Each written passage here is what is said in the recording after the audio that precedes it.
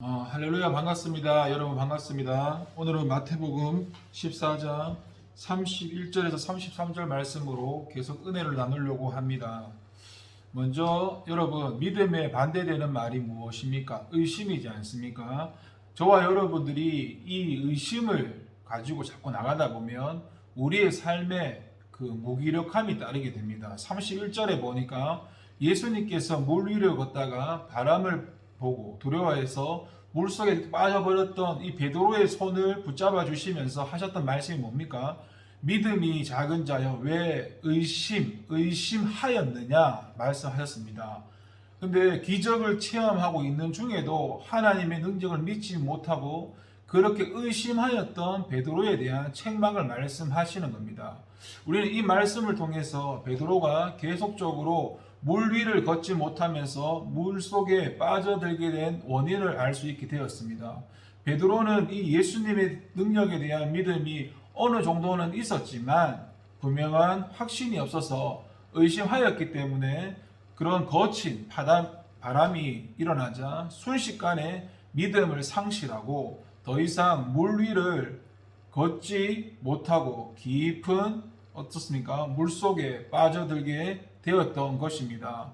이처럼 여러분, 의심이라는 것이 저와 여러분으로 하여금 그런 믿음으로 나아가지 못하고 아무런 역사도 이루지 못하는 그런 무기력한 삶에 빠져들게 한다는 사실입니다.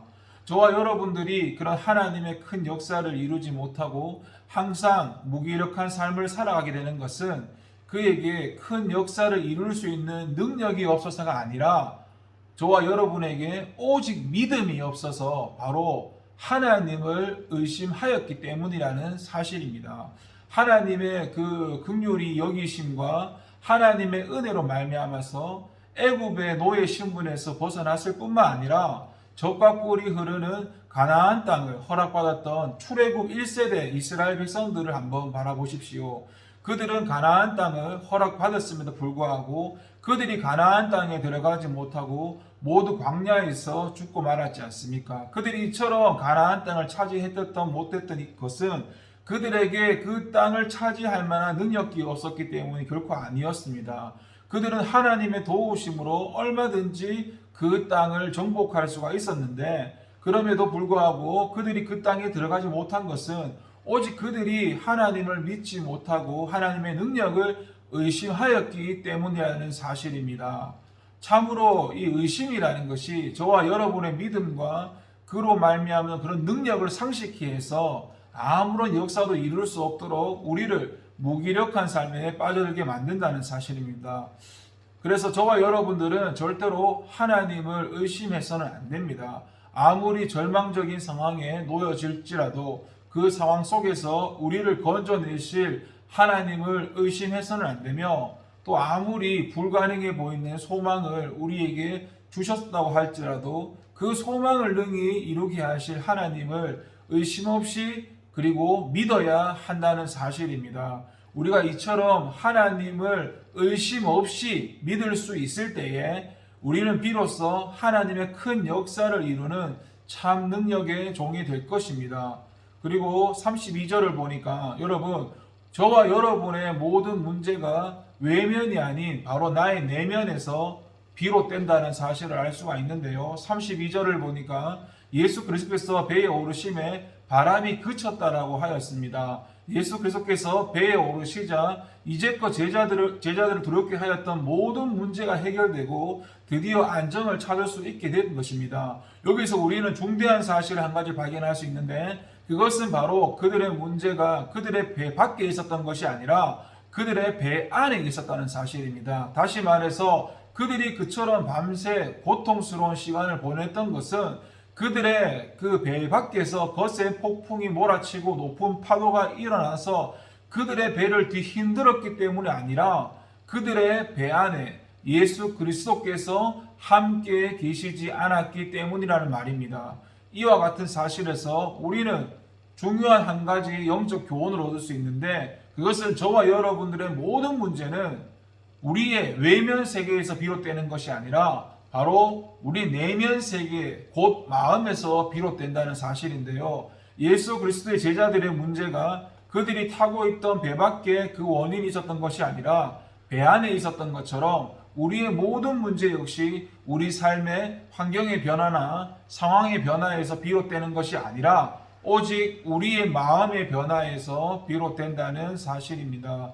만일 우리의 마음속에 예수 그리스도께서 계신다면 우리는 그 어떤 환경과 상황 속에 놓여 있다 할지라도 언제나 평안과 기쁨과 승리의 삶을 살아갈 수 있을 것입니다. 근데 하지만 만일 우리의 마음속에 예수 그리스도께서 계시지 않는다면 우리는 아무리 좋은 형편과 상황 속에 놓여 있다고 할지라도 항상 근심과 걱정 속에서 요동하는 삶을 살아갈 수밖에 없을 것입니다.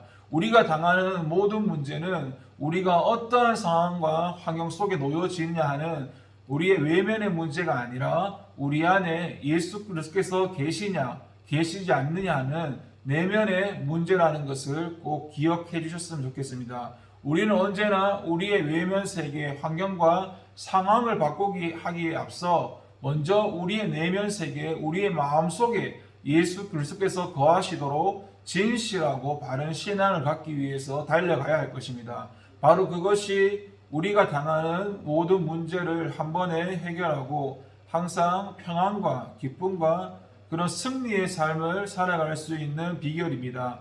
그리고 32절에 보니까 우리 인생의 배에는 예수님께서 오셨을 때, 예수님께서 오르실 때에 우리의 인생의 바른 길이 열린다는 것입니다. 32절에 보니까 예수 그리스도께서 제자들이 타고 있던 배에 함께 오르심에 바람이 그쳤다라고 하였습니다. 그런 휘몰아치는 거센 바람과 높은 물결로 인해서 요동치던 그런 제자들의 배에 예수 그리스도께서 오르시자 그 배를 뒤흔들던 바람과 파도가 일시에 잔잔해지고 온 바다가 고요하게 되었다는 말인데요. 이로써 제자들의 배는 고요한 중에 순탄하게 목적지를 향하여 나아갈 수 있었습니다. 이 같은 사실이 우리의 인생에 있어서도 가장 중대한 것이고 그 무엇이 우리의 인생의 항해를 순탄하게 만들 수 있는지 분명하게 보여줍니다.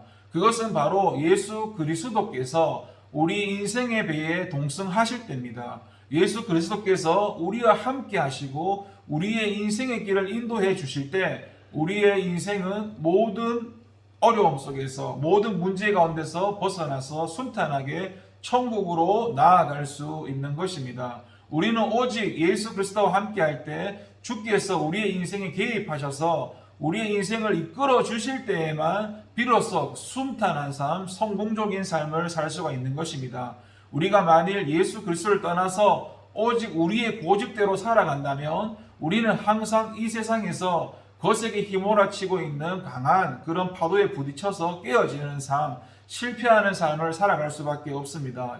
여러분, 저와 여러분 인생에서 예수 그리스도를 배제한 채 자신의 뜻과 고집대로 인생을 살아가려고 하면 안 된다는 것을 꼭 기억하시고 오직 우리는 예수 그리스도를 우리 인생의 배의 선장으로 모시고 예수 그리스도의 지도하심을 따라서 살아갈 때 우리의 그 인생 항로가 순탄하게 될 것을 기억해야겠습니다. 기도하겠습니다. 하나님 아버지 감사합니다. 말씀을 통해서 주님께서 우리의 인생의 주인이 되어 주시고 이끌어 주시는 대로 잘 갈 수 있도록 주님 도와주시옵소서. 감사드리고 예수님의 이름으로 기도를 드립니다. 아멘. 감사합니다.